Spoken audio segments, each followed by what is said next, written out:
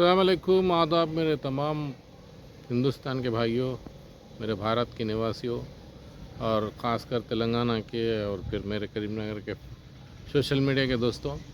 पहले फ़ेज़ में 102 सीट्स पर इलेक्शन हुआ और उसके फ़ौरी बाद जिस तरीक़े से पीएम मोदी साहब का बयान आया, जिस तरीक़े से उन्होंने हमारे ही मुल्क के, अपने ही मुल्क के शहरियों के ख़िलाफ़ जिस तरीक़े से जहर उगला, वो आपके सामने है। आपको अभी मैं वीडियो भी इसमें जॉइंट कर रहा हूँ। बड़ी अफसोस की बात है, पूरे दुनिया में आप किसी भी मुल्क के वज़ीर आज़म हो या प्रेसिडेंट हो, इस तरीक़े के अल्फाज अपने ही शहरियों के लिए अदा नहीं कर सकते, नहीं किए हैं। तो आप इस वीडियो में देखिए, फिर मैं आपको बात को आगे बढ़ाता हूँ। देंगे। और पहले जब उनकी सरकार थी, उन्होंने कहा था कि देश की संपत्ति पर पहला अधिकार मुसलमानों का है। इसका मतलब ये संपत्ति इकट्ठी करके किसको बांटेंगे? जिनके ज्यादा बच्चे हैं उनको बांटेंगे। घुसपैठियों को बांटेंगे।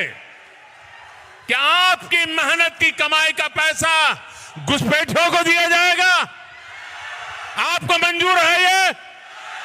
ये कांग्रेस का मैनिफेस्टो कह रहा है कि वो माताओं बहनों का सोने का हिसाब करेंगे, उसकी जड़ती करेंगे, जानकारी लेंगे और फिर उस संपत्ति को बांट देंगे।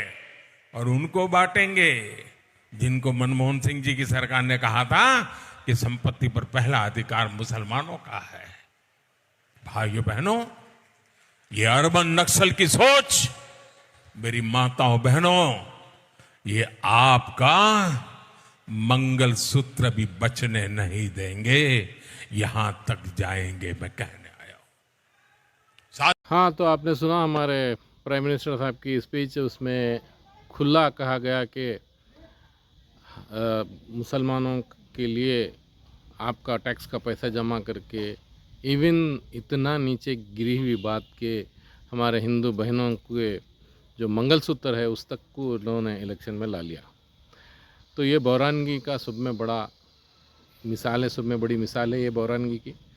तो हम लोग इस वक्त, मेरे तमाम जितने भी हिंदुस्तानी भाई है, क्या कोई मुसलमान हमारे हिंदू बहन की मंगलसूत्र के ऊपर सवाल उठाया? नहीं उठाया। आप लोग देख रहे हैं पूरे हिंदुस्तान के अंदर मुसलमानों को पहले अंदर डाल दिया गया। पूरे एक एक ख़ानदान को सियासी तौर पे ख़त्म करने के लिए पूरे ख़ानदान को अंदर डाल दिया। फिर एक पूरे ख़ानदान को इनकाउंटर में ख़त्म कर दिया। फिर एक ख़ानदान को जो है सो अंदर डाल के जहर के ज़रिए से उनको ख़त्म कर दिया गया।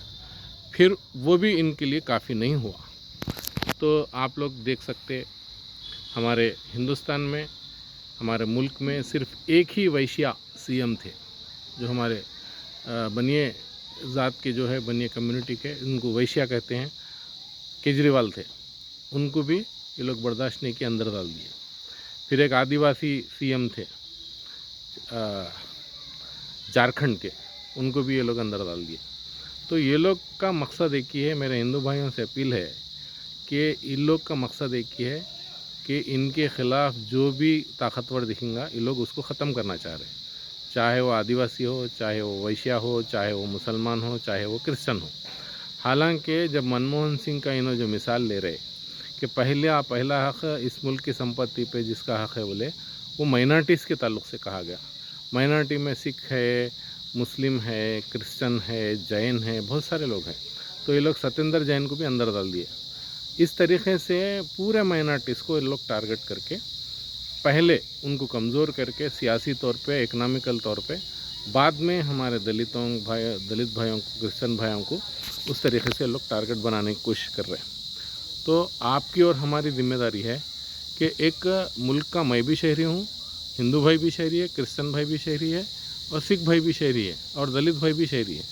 सबके सब सिटीजन्स हैं यहाँ के। लेकिन एक प्राइम मिनिस्टर होते हुए मुल्क के एक कम्युनिटी को स्पेशली टारगेट करते हुए उनको इस मुल्क का घुसपैठी कहना, फिर इस मुल्क के लिए जान की कुर्बानी देने वालों को, अपने जो है सो खून की कुर्बानी देने वालों के लिए इस तरीक़े के अल्फाज इस्तेमाल करना, ये इंतहाई घटिया है। इसको कोई पसंद नहीं करेंगे। पीएम साहब के इस स्पीच को कोई पसंद नहीं कर रहे। चाहे वो उनके अपने फेवर के लोग भी हो, बिल्कुल पसंद नहीं कर रहे। ये एक सियासी हरबा ये लोग इस्तेमाल कर रहे हैं। होशियार रहिए।